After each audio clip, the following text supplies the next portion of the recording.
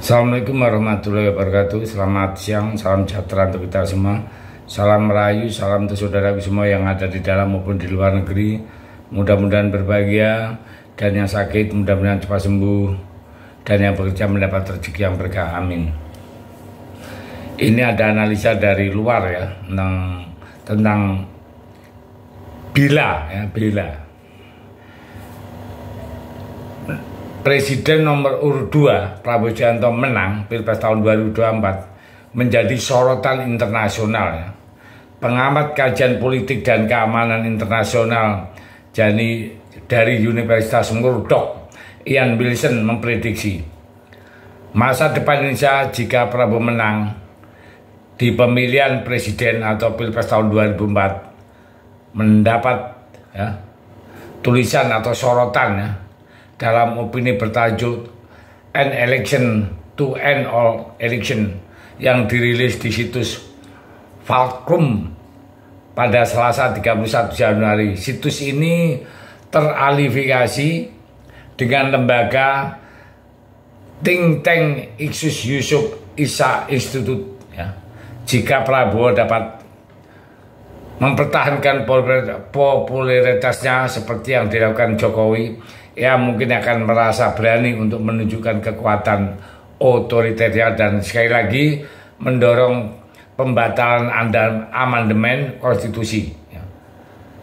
Seperti pada tahun 1999. Dan akhirnya pemilihan langsung. Wilson menilai jika Prabowo menang, Indonesia mungkin akan mengkaji lagi penerapan sistem pemilihan umum tidak langsung, sebab Prabowo dan partainya Gerindra pernah berupaya mengembalikan sistem pemilihan kepala daerah atau pilkada ke sistem sebelum tahun 2025 ya, yakni pemilihan dilakukan oleh DPRD.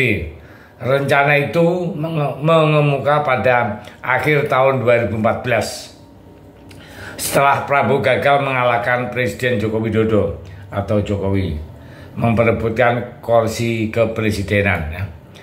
Prabowo memimpin koalisi multipartai yang disebut Koalisi Merah Putih untuk meloloskan rencana undang-undang pemilu kepala daerah atau RUU Pilkada yang memberikan opsi bahwa gubernur dan bupati atau wali kota dipilih oleh DPRD pada 25 September 2014 yang terdiri dari Partai Gerindra, Golkar, PKS, PAN, dan P3. Akhirnya memenangkan voting dengan suara 226 suara sehingga DPR menyetujui rencana undang-undang pilkada dengan opsi dikembalikan pada DPRD. Namun demikian, saat itu upaya Prabowo digagalkan oleh Presiden Susilo Bambang Yudhoyono yaitu SBY yang masih menjabat. Karena reaksi publik yang begitu keras, SBY mengeluarkan 2 dekret yang membatalkan langkah amandemen konstitusi itu untuk mengubah sistem pemilu.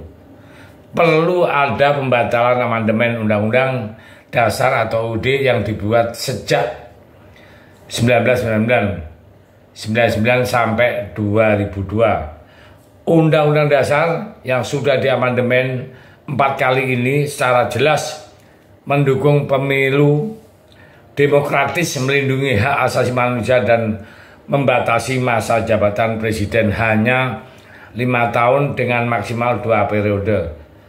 Lebih lanjut, upaya menghilangkan pemilu langsung ini juga terlihat dalam manuver fraksi-fraksi yang berusaha mengkikis demokrasi reformasi yang